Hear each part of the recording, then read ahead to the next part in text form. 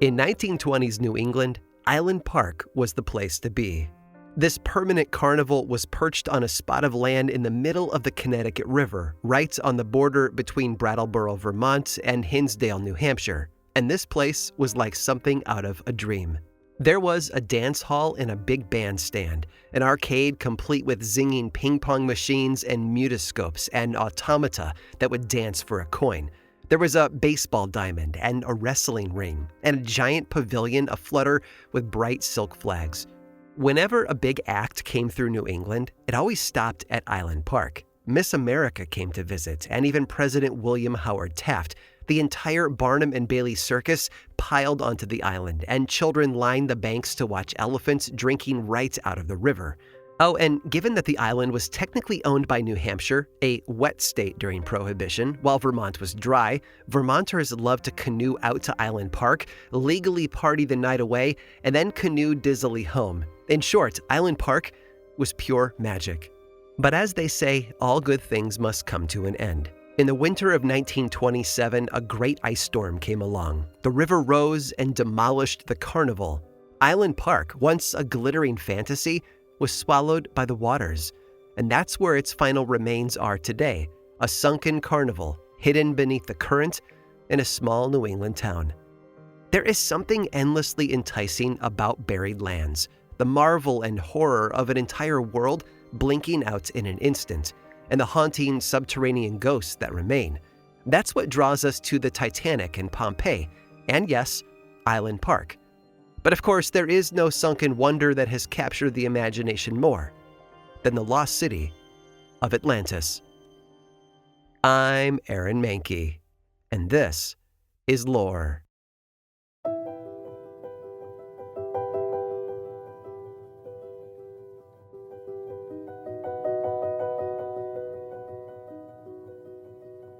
Before the treasure hunters, before the countless movies and books, before the bold explorers and the schoolyard games, there was one single legend that started it all.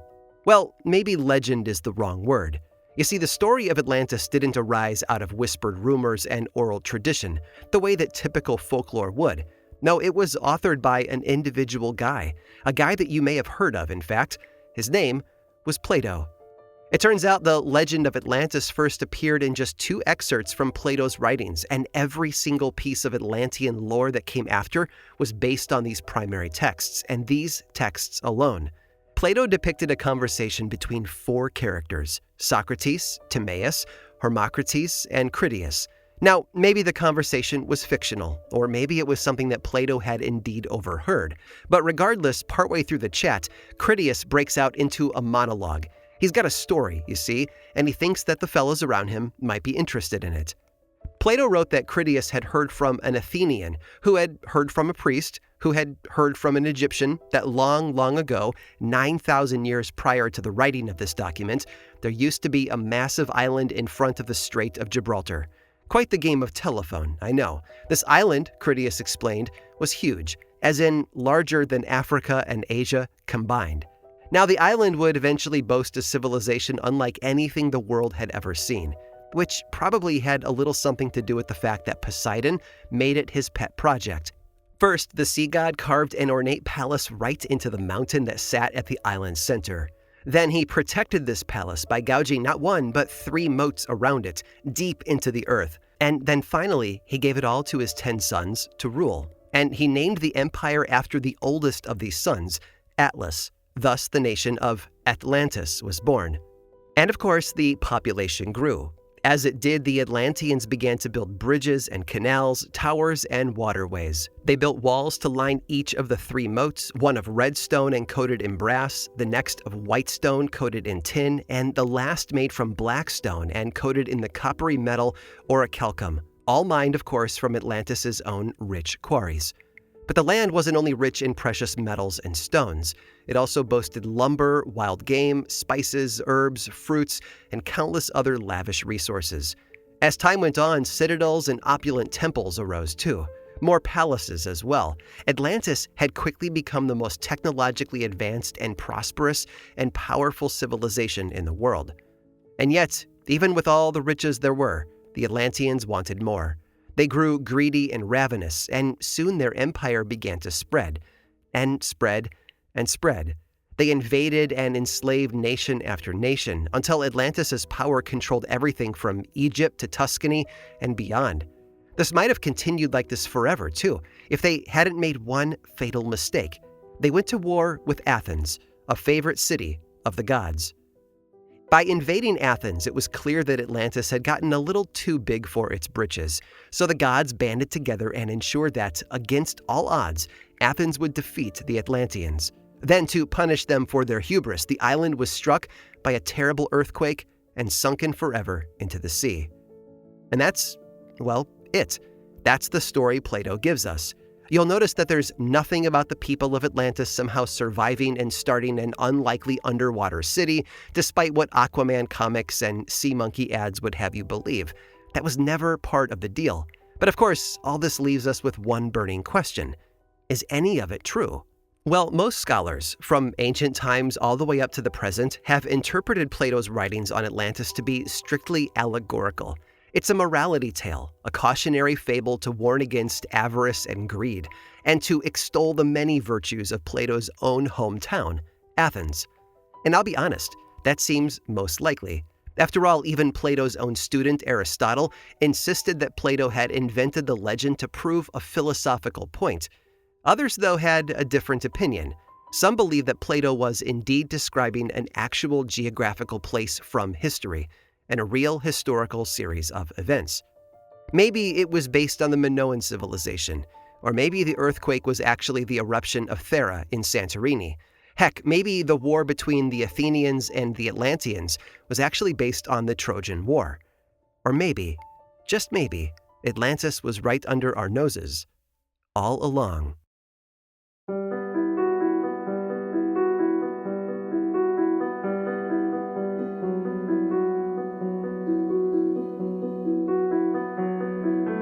When I say the words field trip, it probably conjures memories of art galleries, historical sites, maybe even the zoo. What probably doesn't spring to mind is following your frenzied, sleepless teacher into an ancient burial site to measure a bunch of human skeletons. But then again, you probably weren't a student of Professor Olaf Rudbeck. Olaf Rudbeck was born in Sweden in the year 1630, and he was not a fool. In fact, he was the furthest thing from it.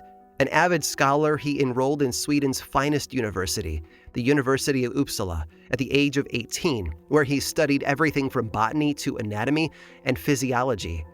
When he was only 20 years old, he kind of discovered the lymphatic system and was the first to prove that the liver wasn't the organ responsible for forming blood. You know, no big deal, right? By the time he was 30, he'd become a professor, and by 31, he was appointed rector of the whole university. In short, this was a brilliant, brilliant guy. But all that intelligence didn't stop him from becoming absolutely cuckoo bananas obsessed with Atlantis. It all started when a colleague asked him to draw a few maps of ancient Sweden to accompany an edition of an Old Norse saga, because Rudbeck, of course, was a talented cartographer too, right? As he pored over this book of Norse folklore, he was startled to find remarkable parallels between the Nordic tales and those he remembered from Greek mythology.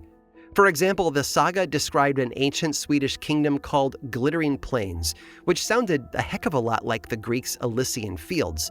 Then there was the nearby home of the giants, who fought Odin and the other gods, versus a similar place in Greek mythology full of giant creatures who fought against Zeus.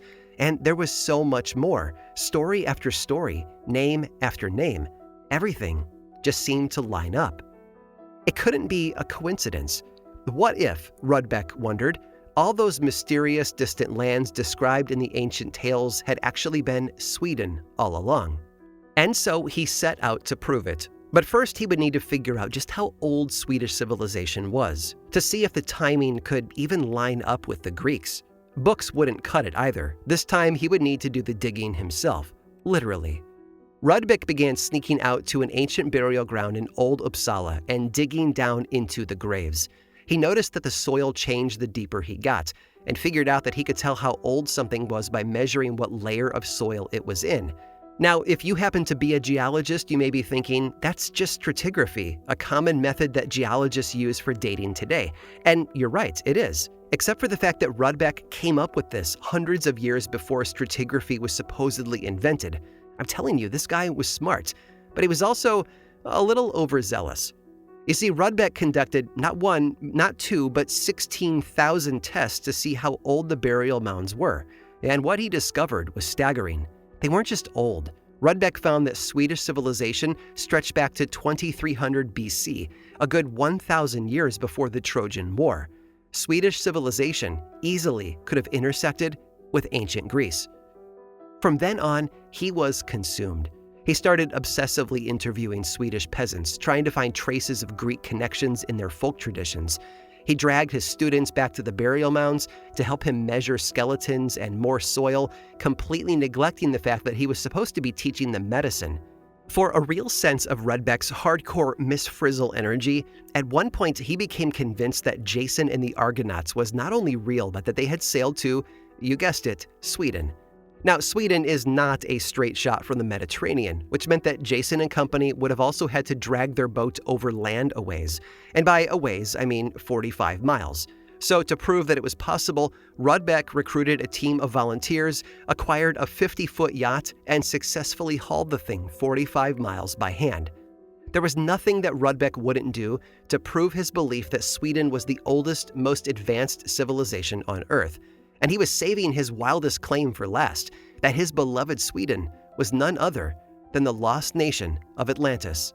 Now, it may sound absurd, I know, but bear with me here because his arguments are actually pretty compelling. Atlantis was named for its king, Atlas, right? Well, there was an Old Norse king named Aten. Plato's Atlantis was 5,000 stadia long, stadia being an ancient Greek unit of measurement, just like Sweden in Rudbeck's estimation. Plato also wrote of 2 rivers and a mountain near the capital. Rudbeck again dragged his now thoroughly overwhelmed students out on countless surveying trips, only to discover a similar mountain and rivers. In Old Uppsala, he unearthed artifacts and remnants of what he believed to be the Atlanteans' racetrack and pagan temple. There was no doubt in Rudbeck's mind. He was living on the famous sunken empire.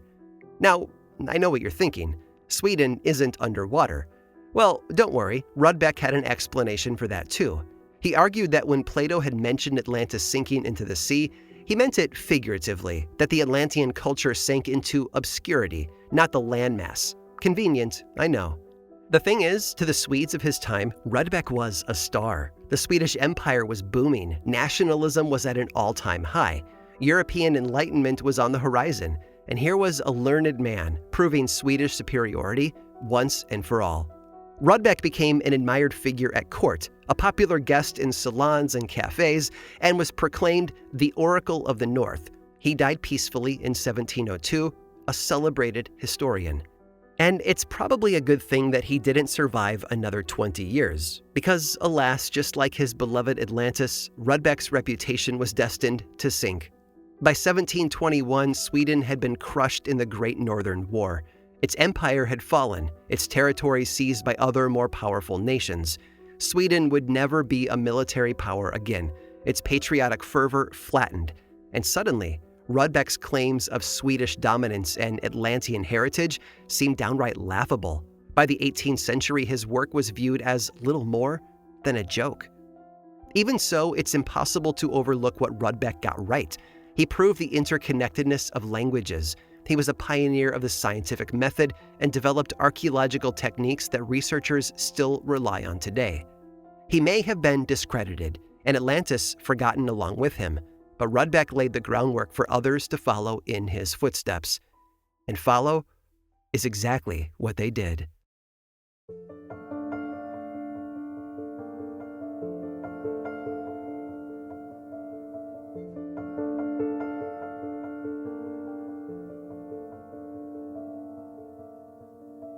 Welcome to Mardi Gras in New Orleans, 1883. Parades filled the streets, the revelers dressed in scaled fish-like armor. Sub-aquatic gardens drip from great wheeled floats, while invitations to grand fetes fall like confetti, depicting long-haired maidens reclining on the backs of sea monsters, and Poseidon driving a quartet of frothing stallions into the waves. Everything is oceanic and lush. The theme of that year's Mardi Gras? Why, that would be Atlantis. But it wasn't just the Big Easy. No, after centuries of obscurity, Atlantis had suddenly boomed again into a full-on cultural craze. And it was all thanks to Ignatius Donnelly. Like Olaf Rudbeck, Ignatius was a character, to say the least. I think it's safe to say that anyone who becomes deeply obsessed with Atlantis probably would be. But unlike Rudbeck, Ignatius Donnelly was not a Swede. He wasn't even European. No, Donnelly was from Pennsylvania. In his 20s, he moved to Minnesota, where he briefly tried to start a utopian commune. But when that didn't work out, he decided the next best thing would be to run for office. At the age of 29, he was elected lieutenant governor of Minnesota, and eventually made it all the way to Congress. But politics weren't Donnelly's real passion. No, he was more interested in Atlantis. Was he a trained historian? Nope. Did he have an education in science? Alas, no. But that didn't stop him from writing what would become the single most important text on Atlantis since, well, Plato himself. It was called Atlantis, the Antediluvian World. And okay, I'm just going to give you a rundown here of some of the claims this book makes because, friends, it is a doozy. To start, yes, Atlantis was real. But not only that, Donnelly claimed that this was actually where all of human civilization had begun. He believed that the Garden of Eden, the Elysian Fields, the Norse Asgard, all those legendary places were actually just descriptions from Atlantis, the birthplace of humanity. And the many stories of gods and goddesses from mythology were simply the real exploits of early Atlantean kings and queens, bloated by time and folklore. But that wasn't all. Donnelly also insisted all European alphabets were derived from the alphabet of Atlantis. He claimed Egyptian and Peruvian sun worship was a holdover from Atlantean religion. He even thought that Atlantis' technology started the Bronze Age, and that they were also the first people to work with iron. In other words, just about every single element of human civilization could be traced back to Atlantis. And the book also claimed that the sinking was literally real. In fact, the Great Flood in the Bible, the one that wiped out everyone but Noah's Ark, well, Donnelly wrote that this was actually a description of the sinking of Atlantis. And let me tell you, people ate this stuff up. Atlantis, the Antediluvian World, was a massive hit when it came out in 1882. It received 7 printings in its first year alone. There was the Mardi Gras theme in its honor. The British Prime Minister at the time, William Gladstone, even wrote to Donnelly saying, "I may not be able to accept all your propositions, but I am much disposed to believe in an Atlantis." Atlantomania was all the rage. At least it was until Donnelly's second book came out. The next year, he followed his breakout hit with a book called Ragnarok, The Age of Fire and Gravel, a 450-page tome that he wrote in just 7 weeks. There, he asserted that a giant comet had destroyed Atlantis, as well as scattered sand and gravel over the entire planet. Next came a third book, a 1,000-page doorstopper, frenetically declaring that not only had Francis Bacon written all of Shakespeare's plays, but had hidden little cryptograms throughout them hinting at his identity, like the Easter eggs in a Taylor Swift album. Readers were not impressed. Scientists rejected him as a fraud. Reviewers absolutely panned him. The people decided that Ignatius Donnelly was a snake oil-selling charlatan, and that was that. All the faith and fandom he had garnered with his Atlantis book was gone. But this time was different from when Rudbeck was discredited. You see, after Rudbeck's disgrace, it wasn't only the man who was forgotten, but Atlantis as a concept plummeted into obscurity as well. But with Donnelly, well, just because Ignatius Donnelly had fallen out of fashion, it didn't mean that Atlantis had as well. No, Atlantis remained firmly lodged in the public consciousness. Pop culture loved the murky, mysterious lost nation, and continues to love it to this day. It's been referenced in everything from Doctor Who and Yu-Gi-Oh! To the Narnia books and the 90s television series Flipper. The musician Donovan, best known for his song Jennifer Juniper, released a top 10 charting song in 1968 called Atlantis. There's even a Disney movie called Atlantis: The Lost Empire, about a group of explorers who find the Atlantean civilization still thriving deep underwater. Oh, and of course, our favorite supernatural conspiracy theorist, Sir Arthur Conan Doyle, also got on board, writing a short novel on the place called The Maricot Deep. Atlantis, it seems, had been sunken long enough. The Lost Empire had risen, and it was here to stay.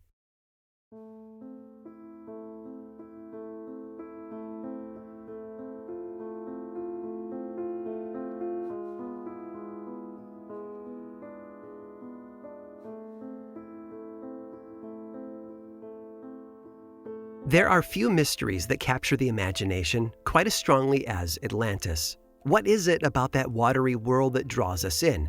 Why are we so curious to know what may or may not have happened to an island over 10,000 years ago? At the end of the day, the most important thing about a story is rarely the story itself. It's the people who tell it. And I have a suspicion that the answer might lie right there with the storytellers, Olaf Rudbeck and Ignatius Donnelly. Like the Atlanteans themselves, these two men lived in booming empires of their own. Rudbeck's Sweden was on top of the world with its military might.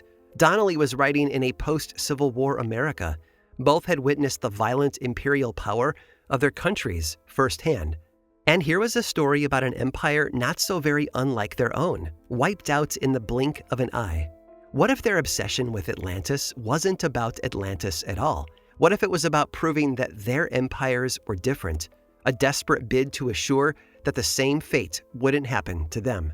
And really, wasn't Plato doing exactly the same thing? He wrote that very first story as a lesson on hubris, sure, but the real hero of that scene was Athens, his own beloved, powerful homeland. Athens, Sweden, America. They were special, these men insisted. They were like Atlantis, but better. In some ways for them, Atlantis was a sort of sacrifice. It had to sink for other empires to float. The historical consensus today is that it really was just that, a story. But Atlantis truthers still won't quit.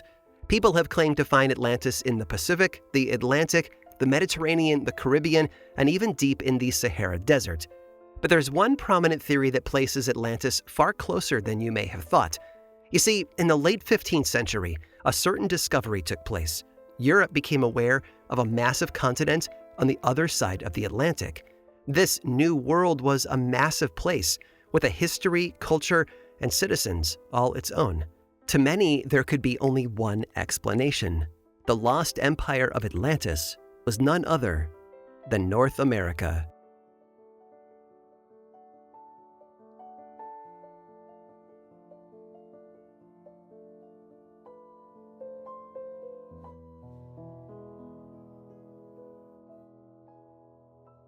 I hope you enjoyed today's exploration of one of the world's oldest folktales, complete with the real people and weird drama that those stories have inspired.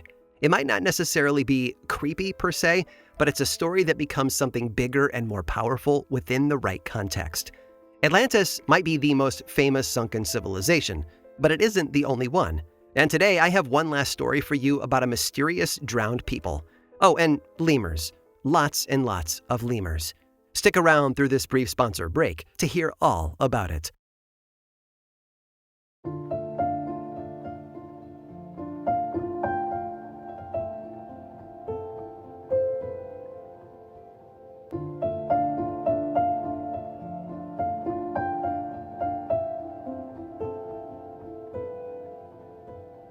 English zoologist Philip Sclater was flummoxed, and it was all the lemurs' fault. These marble-eyed, striped-tailed primates had him absolutely shaken, and not just because of how freaky they looked. You see, Sclater had noticed that lemur fossils had been found in both Madagascar and India, despite the fact that Madagascar is an island separated from India by thousands of miles of ocean. Lemurs certainly can't swim that far, and there's no way the exact same animal coincidentally evolved in both places. So, how the heck had the lemurs traveled from one place to the other? Well, in 1864, Philip Sclater finally came to a conclusion. The two landmasses must have once been connected by a land bridge, which had since sunk into the Indian Ocean. Naturally, he named this lost continent Lemuria. And it sounds like a reasonable enough theory, right?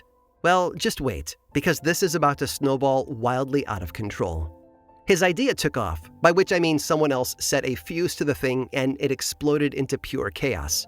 First, a German biologist named Ernst Haeckel proposed that Lemuria was not only an intercontinental primate highway, but also the birthplace of all mankind. And from there, the theories went berserk. For one, much like Atlantis, Lemuria's exact location became up for debate, despite the fact that the whole point of Sclater's original theory was location-based. And then there was the cult stuff. You see, in 1936, a gold prospector / homeopathic doctor named Robert D. Steele founded what he called the Lemurian Fellowship. Allegedly, he had received, and I quote, information relating to the great work from the elder brothers, instilling Steele with knowledge of the Lemurian philosophy. What does that mean? Well, I couldn't tell you, but Steele sure could. He distilled this information into a 436-page book. And the book was convincing enough that the Lemurian Fellowship bought its own land in Southern California, where by the 1970s they had established a 10,000-square-foot headquarters with hundreds of members worldwide. The Lemurian philosophy focuses their teachings on reincarnation, karma, Christ, and the number of egos in existence, which they insisted was specifically 13 million for what it's worth. And you might be wondering, how does this relate to a geography theory about a land bridge and lemurs? Well, you'll have to ask them for yourself, which you can. The fellowship still exists to this day, offering courses in Lemurian philosophy and also selling rather nice handmade wooden music stands online. Weird, I know. Now, believers in Lemuria as a continent is one thing, but what about the actual Lemurians? After all, if lemurs lived there, surely someone or something else had too. Helena Blavatsky, founder of the esoteric religion Theosophy, claimed that the Lemurian people were ape-like, hermaphroditic, egg-laying creatures. Author William Scott Elliott described them as 15 feet tall, brown-skinned, flat-faced beings with bird-like sideways vision. Oh, and they also laid eggs, plus interbred with animals, hatching an ape-like race that eventually evolved into modern humans. And just like with Atlantis, some people believe that some of these Lemurians must have survived their homeland sinking and have walked among humanity ever since, serving as shamans and priests. Either that or they just transformed into dolphins and mermaids, both of which are great options, but the third option takes the cake, that the Lemurians are actually hiding inside Mount Shasta.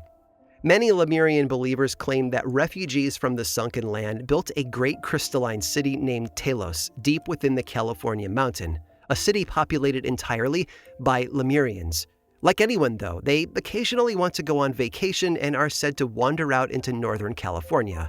In the 1930s and 40s, multiple witnesses claimed to have seen them strolling about town. They described the Lemurians as noble-looking men with spotless white robes. Allegedly, the Lemurians like to pop into local shops and buy massive bulk quantities of sulfur, salt, and lard, paying with gold nuggets worth more than the items themselves. And just like in any good story, when the shop owners turned around to give them their change, these visitors would simply vanish into thin air. Also, it seems that the Lemurians had a philanthropic side too. According to an LA Times article from 1932, they occasionally donated gold nuggets to charity, including the Red Cross during World War I and a fund for Japanese earthquake survivors. By the way, Mount Shasta isn't just home to the Lemurians. It's also said to be frequented by lizard people, Bigfoot, and an unusual number of UFOs. Suffice to say, Philip Sclater's straightforward theory about a land bridge truly took on a life of its own. And as it so happens, even that hypothesis was disproven about a century later with the discovery of plate tectonics. It turns out that Madagascar and India had been part of the same supercontinent, before drifting apart 70 million years ago, separating the poor lemurs in the process.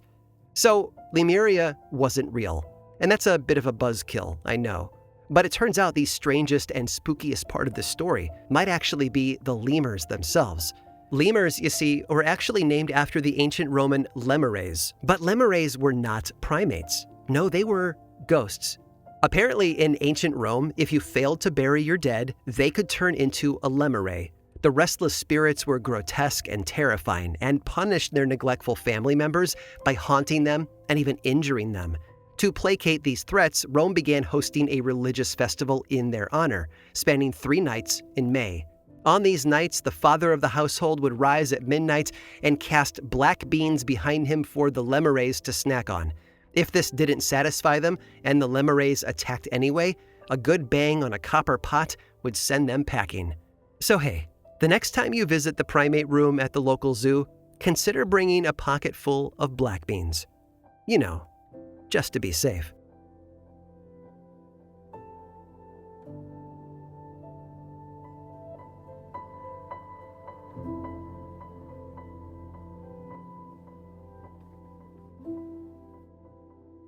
This episode of Lore was produced by me, Aaron Mahnke, with writing by Jenna Rose Nethercott, research by Sam Alberti and Cassandra De Alba, and music by Chad Lawson. Don't like hearing the ads? I've got a solution for you. There's a paid version of Lore on Apple Podcasts and Patreon that is 100% ad-free. Plus, subscribers there get weekly mini episodes called Lore Bites. It's a bargain for all of that ad-free storytelling and a great way to support this show and the team behind it. Learn more about your ad-free options over at lorepodcast.com/support. Lore is much more than just a podcast, though. There's the book series available in bookstores and online, and 2 seasons of the television adaptation on Amazon. Information about all of that and more is available over at lorepodcast.com.